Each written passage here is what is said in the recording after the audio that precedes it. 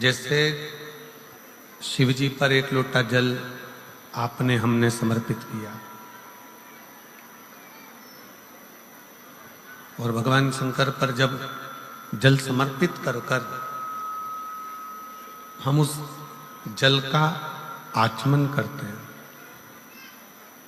हम उस जल को पीते हैं, आचमन करते हैं,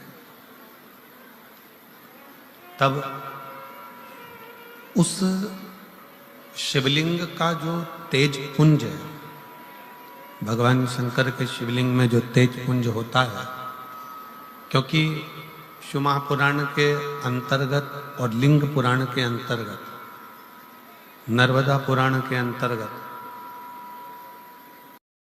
हमेशा कही गई है कि चाहे घर में जो शिवलिंग हो वो, चाहे तुम्हारे घर के पास में जो मंदिर हो उसमें जो शिवलिंग हो वो, या 12 ज्योतिर्लिंग, उपलिंग, ये जितने भी शिवलिंग विराजमान हैं, ये जितने भी शिवलिंग विराजित हैं, इन शिवलिंग पर जब हम जल चढ़ाकर उस जल का आचमन करते हैं तो उस शिवलिंग की जो ज्योति होती है, शिवलिंग की जो ऊर्जा होती है, शिवलिंग की जो एनर्जी होती है, शिवलिंग का जो बल होता है, वो बल हमारे भीतर भी उतरता है और हमारे रोगों को निवारण करता जाता है, हमारे दुखों को निवारण करता जाता है, हमारे कष्टों का निवारण करता जाता है, हमारे दुख, हमारी तकलीफें, हमारा कष्ट अपने आप समाप्त होते चले जाता है। 3 स्थान शिवलिंग पर वर्णित है कि ये 3 स्थान का जब स्पर्श करते हैं तो आप कितने भी रोग से ग्रसित क्यों ना हो, आप कितने भी रोग से घिरे क्यों ना हो, 3 स्थान का स्पर्श करने से आपको एक अलग से ऊर्जा प्राप्त होती है और आपके शरीर में कितना भी कंपन हो रहा हो, कितनी भी कमजोरी हो रही हो, कितना भी दर्द हो रहा हो, कितना भी कष्ट हो रहा हो, 3 स्थान शिवालय में शिवलिंग के जगह पर बताए गए हैं, उन स्थानों का स्पर्श करने से शरीर में एक ऊर्जा आती है, शरीर में एक बल उत्पन्न होता है, एक ऊर्जा आती है, शरीर के अंतर्गत एक ऊर्जा का संचार होता रहता है। अब उस शिवलिंग को अपन समझें, सभी लोग जरा स्मरण करेंगे। शिवलिंग के अंतर्गत 3 स्थान ऐसे बताए गए हैं जो हमारे को एक बल देते हैं, हमारे भीतर की ऊर्जा उत्पन्न करते हैं। हमारे अंदर कितनी भी कमजोरी होगी, अगर आपने वो 3 स्थान पर हाथ का स्पर्श कर कर पंचाक्षर मंत्र नमः शिवाय या षडाक्षर मंत्र ओम नमः शिवाय या श्री शिवाय नमस्तुभ्यम का स्मरण किया है तो वो स्थान का स्पर्श करते ही आपके अंदर एक ऊर्जा, एक एनर्जी, एक बल आपके अंतर्गत आता चले जाएगा, एक ऊर्जा आपके अंतर्गत आती चली जाएगी।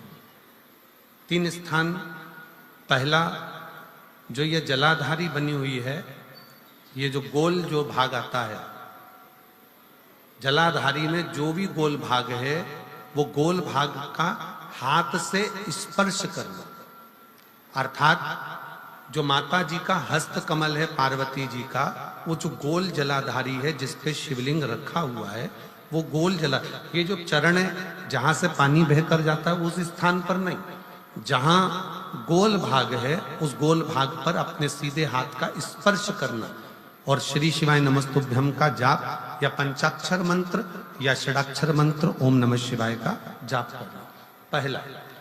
दूसरा स्थान, जहां से पानी बहकर जा रहा है उस स्थान का पानी जहां से बहकर नीचे गिरता है वो भाग पर अपने हाथ का स्पर्श, जहां से पानी बहकर नीचे गिरता है, जो जल आप चढ़ाते हो वो जल बहकर जो नीचे की ओर जाता है उसका स्पर्श, और पंचाक्षर या षडाक्षर या श्री शिवाय नमस्तुभ्यम मंत्र का जाप। फिर तीसरा स्थान बताया कि शिवलिंग में किसी भी स्थान पर अपनी हथेली का स्पर्श, केवल हथेली का स्पर्श, उसमें उंगलियों का स्पर्श नहीं, केवल हथेली का स्पर्श, और पंचाक्षर या षडाक्षर या श्री शिवाय नमस्तुभ्यम मंत्र का जाप। ये 3 स्थान ऐसे बताए हैं कि आपके शरीर में अगर बिल्कुल भी इतनी एनर्जी नहीं है कि आप 2 कदम चल सकते हैं, तो शंकर के मंदिर में, शिवालय में जाकर ये 3 स्थान का स्पर्श करिए। मंदिर से जब आप बाहर निकलेंगे तो खुद के बल पर निकलेंगे, कोई आपको उठाने के लिए जरूरत नहीं पड़ेगी। आप स्वयं के बल पर निकल सकते, स्वयं के बल पर आगे बढ़ सकते, स्वयं के बल पर अग्रणी हो सकते, स्वयं के बल पर आप आगे निकल सकते हैं। 3 स्थान हैं जहां व्यक्ति के जीवन के दुख, तकलीफ, रोग, कष्ट अपने आप नष्ट होते चले जाते हैं। तो पहला जो स्थान है वो पार्वती जी का स्थान हस्तकमल, दूसरा कार्तिकेय और गणेश के मध्य में जो अशोक सुंदरी है और कार्तिक गणेश बैठे वहां से जो पानी नीचे की ओर आता है वो स्थान, और तीसरा अपनी हथेली का, शिवलिंग का कोई भी स्थान जहां अपनी हथेली का स्पर्श हो जाए वो स्थान। ये 3 जगह हमें बल देती है, हमें ऊर्जा देती है, हमें एनर्जी देती है। तो देख लिया करो, भगवान शंकर बोले पार्वती मुझे मालूम है कि मेरे को किसको देखना है और किसको नहीं देखना है। तो शंकर भगवान ने जैसे ही कहा तो पार्वती बोली तो तुम किसको देखते हो? तो आंख बंद करके बैठे रहते हो, मैंने तो खुद देखा आपको। भगवान शंकर बोले पार्वती जो मेरे लिए आता है उसके लिए नेत्र खोल लेता हूँ, और जो दुनिया के लोग अपने खुद के चक्कर में आते हैं, 24 घंटे आते हैं और एक ही बात कहते हैं व्यापार कम चल रहा है, बेबू को चोरा दे दो, ये कर दो, वो कर दो, तो भगवान के मैं तो आंख ही नहीं खोलता, तो इनको लगता है तप में लगाए चले जाते। हाँ, बार बार इनके चक्कर में घर दिया, परिवार दिया, सारा सुख दिया, अच्छे कुल में जन्म दिया, पूरा डिपार्टमेंट फुल दिया, एक भी डिपार्टमेंट में कमी नहीं रखी, 2 हाथ, 2 पांव, 2 नेत्र, 2 कान, मुख, जिह्वा सब दिया, पूरा एक डिपार्टमेंट पूरा करके दिया। एक हाथ कम कर देता तो क्या कर लेता ये मेरा, पर मैंने इसको पूरा बनाकर भेजा। इसके बाद भी ये संतुष्ट नहीं हो पाया, तो इसको संतुष्ट जब मैं ही नहीं कर पाया तो संसार के लोग कहां कर देंगे? ऐसे करेंगे कि तय कमा ले, संतुष्टि इसको मिलने वाली। घर में कितना भी धन आ जाए तो भी इसको कम ही दिखेगा, पत्नी कितनी भी सेवा करने वाली आ जाए तो भी इसको कमती ही नजर आए। तो भगवान बोले फिर मैं क्यों बोलूं, मैं तो आंख बंद करके बैठा रहता हूं। जो मेरे लिए आता है कि हाँ हमें शिव की आराधना करना, हमें कुछ मांगना नहीं है, हमें शंकर से कुछ लेना नहीं है, हमें कुछ प्राप्त नहीं करना, हमें कुछ चाहिए नहीं, हमें तो क्या चाहिए कि हे शिव अगर देना है तो इतना दीजिए कि आपका दर्शन रोज होता रहे। किसी भगत ने बहुत अच्छा कहा, चलता फिरता हम भगवान का भजन करते रहें और मेरे प्राण छूटे और मैं तेरे धाम में आ जाऊं। हे प्रभु ऐसी कृपा करना, ऐसे पलंग पर मत पटक देना कि किसी के हाथ का हमें जल पीना पड़े। चलते फिरते भजन करती रहूं, गीता वाटिका जाते रहूं, दर्शन करती रहूं, मेरे भाई श्री की समाधि की परिक्रमा करते रहूं, गिरिराज जी की परिक्रमा करते रहूं, बाबा राधे बाबा का दर्शन करते रहूं और सुंदर सत्संग का आनंद करती रहूं, और प्रभु किसी के हाथ का पानी नहीं पीऊं और अंत में तेरे धाम को चले जाऊं। क्या करूंगी, क्या करूं?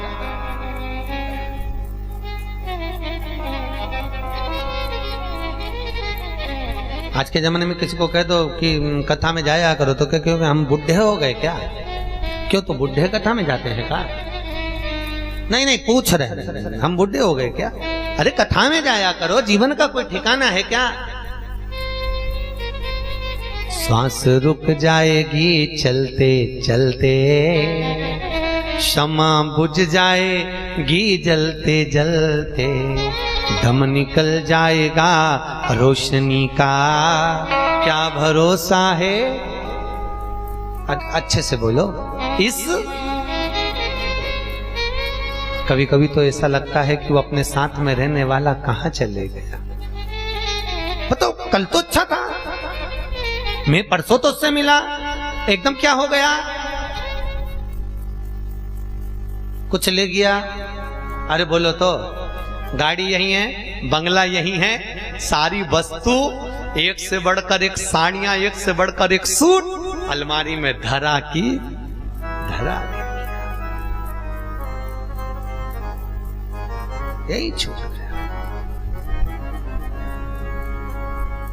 जाएगा जब यहां से कुछ भी ना पास होगा, 2 गज कफन का टुकड़ा तेरा लिबास। फिर क्या जाना है? कई लोग कहते हैं, अपने अपने प्रवचन में लोग कहते रहते हैं कि मुट्ठी बांधे आया जग में हाथ पसारे जाएगा, क्या तू लेकर आया, क्या लेकर जाएगा? पर शिव महापुराण कहती है ऐसा कोई व्यक्ति नहीं संसार में जो लेकर नहीं जाता हो। भगवान शंकर की कथा कहती है व्यक्ति भले मुट्ठी बांध कर आया पर हाथ पसारे नहीं जाता, कुछ ना कुछ लेकर जाता। क्या? उसने जो भजन करा, उसने जो कीर्तन करा, उसने जो मंत्र जाप करा, उसने जो सेवा करी, उसने जो दान करा, उसने जो पुण्य करा, उसने जो सत्कर्म करा, उसने अपने जीवन में जो कथा अमृत का पान किया, जीव वो अपने साथ लेकर जाता है, अपने साथ। तो अब तुम मत कहना कि खाली हाथ जाओगे। कोई कहना सब यहीं धरा रह जाएगा, खाली हाथ चले जाओगे, तो कह देना कोई नहीं जाऊं मैं तो खाली हाथ। 7 दिन की शिव पुराण गीता वाटिका में सुनी है, ऐसे कैसे खाली हाथ चली जाऊंगी?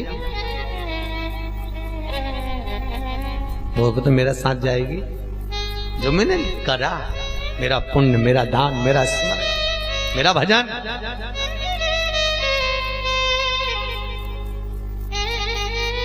क्या करा?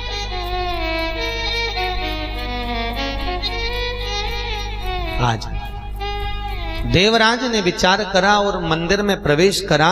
मंदिर में जब प्रवेश करा, इतना ताप देवराज के शरीर में हो गया कि वहां पर कोई एक ब्राह्मण शिव महापुराण की कथा कह रहा था और उस कथा का थोड़ा सा व्याख्यान उस देवराज ने श्रवण कर लिया। और देवराज जब थोड़ा सा व्याख्यान श्रवण करते ही देवराज के जब प्राण उसी मंदिर में छूट गए और देवराज भगवान शंकर के परम धाम को चले गए, कैलाश धाम को गए। आगे जो चरित्र आया है वो चरित्र है एक बिंदुक नाम का ब्राह्मण जिसकी धर्म पत्नी का नाम था चंचुला। क्या नाम है? बिंदुक। अब बिंदुक धन ला कर देता चंचुला देवी को। चंचुला उस धन का क्या करे, भोग और विलास में लगा दिया। चंचुला ने कभी उस धन को सत्कर्म की ओर नहीं लगाया।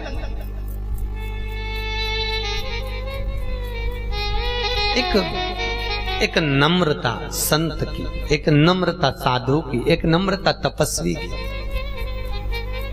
एक नम्रता ब्राह्मण जन की, एक नदी ने समुद्र से कहा, समुद्र मांग तुझे क्या चाहिए? दोनों हाथ उठाकर बोलो एक बार, हर हर। अच्छे से दोनों हाथ उठाकर हर हर। नदी ने समुद्र से कहा, समुद्र मांग तुझे क्या चाहिए? समुद्र ने कहा, नदी मुझे कुछ नहीं चाहिए। कुछ तो मांग ले समुद्र, मैं बहुत विशाल नदी हूँ, एती विस्तार नदी तुझसे कह रही है मांग तुझे क्या चाहिए? समुद्र कहता है मेरे पास में रतन, माणिक, मोती, सोना, चांदी, हीरा, पन्ना सब है, मुझे कुछ भी नहीं चाहिए, मुझे चाहिए ही नहीं। नदी कह रही है समुद्र मेरे जैसी नदी नहीं मिलेगी, मांग तुझको क्या चाहिए? नदी ने फिर कहा, समुद्र कहता है मुझे चाहिए नहीं तो क्या देगी तू? नदी ने कहा, समुद्र मैं तुझसे कह रही हूं ना, मैं बड़ी विशाल नदी हूं, मेरे बराबर कोई देने वाला नहीं मिलेगा, मांग तुझे क्या चाहिए?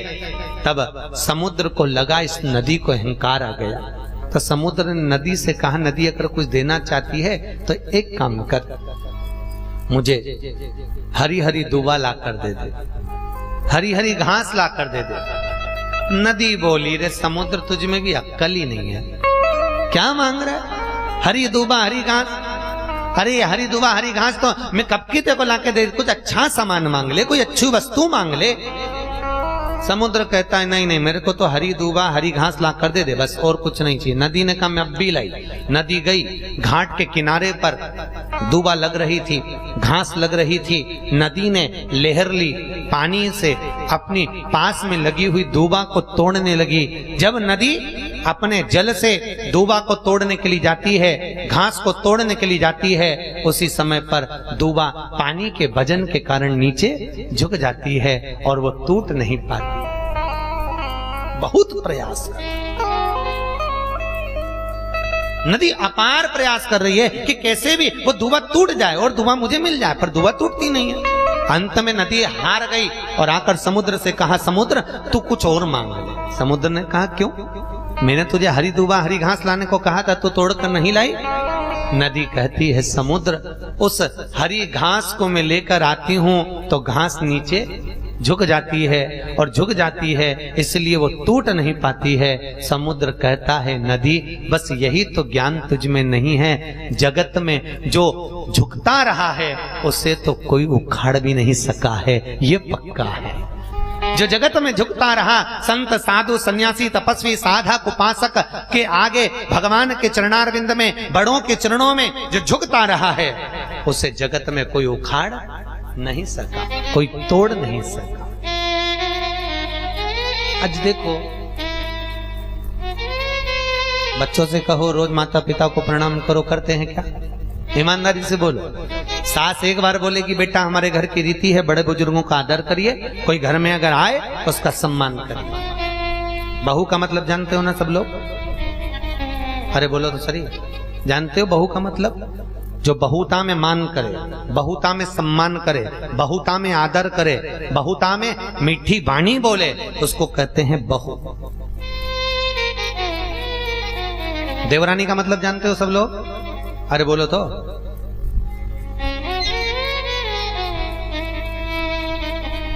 जेठानी का मतलब जानते हो? देवरानी, देवों के घर से भेजी हुई रानी, उसको क्या कहते हैं? अच्छे से बोलो जरा। देव रानी, उसके आने से तेरी जय जय कराने की ठानी और तू बन गई जेठानी।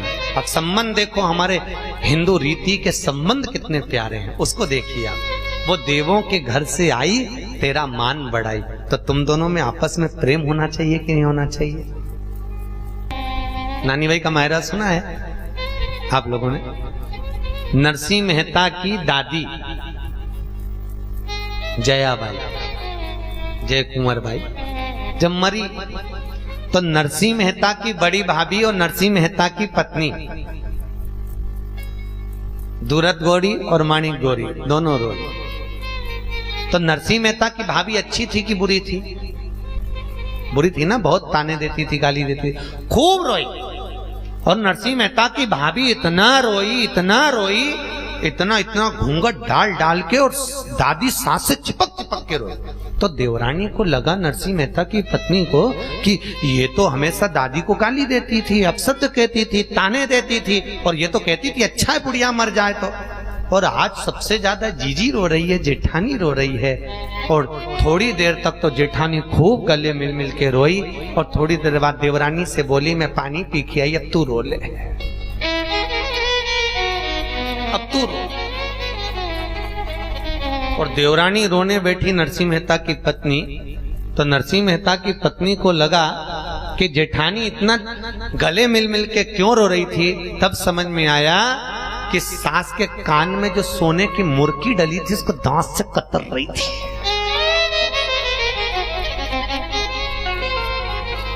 तब लगा इसलिए रो रही।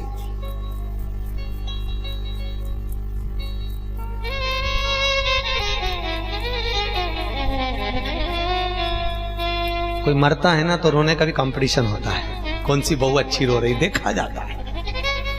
कितनी अच्छे अच्छे डिजाइन में लोग रोते, बहुत देखते हैं, पर समझ में नहीं आता क्यों रो रहे हैं।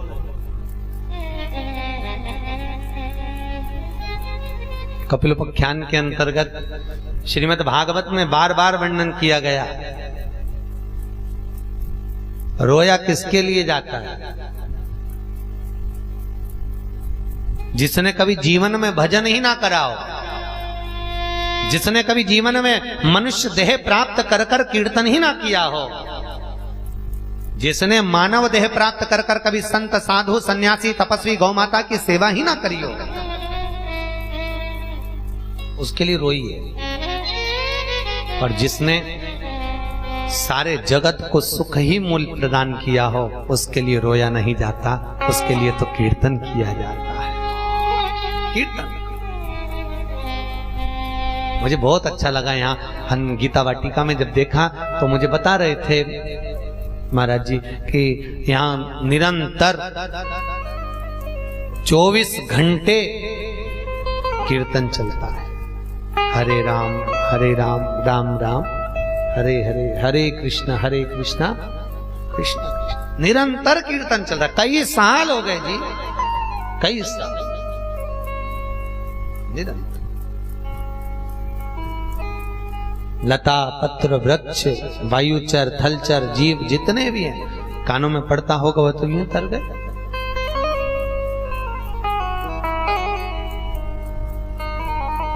बिंदु, ब्राह्मण कुल में जन्म लेने वाला बिंदुक कभी भी कोई साधु, कोई सन्यासी, कोई तपस्वी, कोई संत, कोई महात्मा, कोई साधक, कोई उपासक, कोई भी आता, कभी प्रणाम नहीं करता, कभी नमन नहीं करता, कभी दंडवत नहीं करता, कभी साष्टांग नहीं करता। इनकी पत्नी थी चंचुला, और देखो जैसा खाया अन्न वैसा हो गया मन, जैसा पियो पानी वैसी हो गई वाणी, और जैसा पिया दूध वैसा बन गया बुद्ध। दूध पीने से बुद्धि बनती है ना, तो जैसा पिया दूध वैसा बन गया बुद्ध। बुद्धि दूध से बनती है, इसलिए शास्त्र कहता है गौ माता का दूध पियोगे तो गौ जैसे निर्मल हो जाओगे, डब्बे का दूध पियोगे तो डब्बे हो जाओगे, और थैली का पियोगे तो थैली हो जाओगे।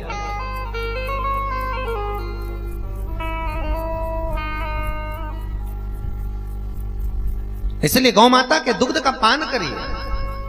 तो यहां शास्त्र कह रहा है कि बिंदुक की लाई हुई कमाई चोरी का जो धन था, उस धन को चंचुला ने भी पाया। चंचुला भी वैसी की वैसी हो गई। ना भजन करना, ना कीर्तन करना, ना दान करना, ना पुण्य करना।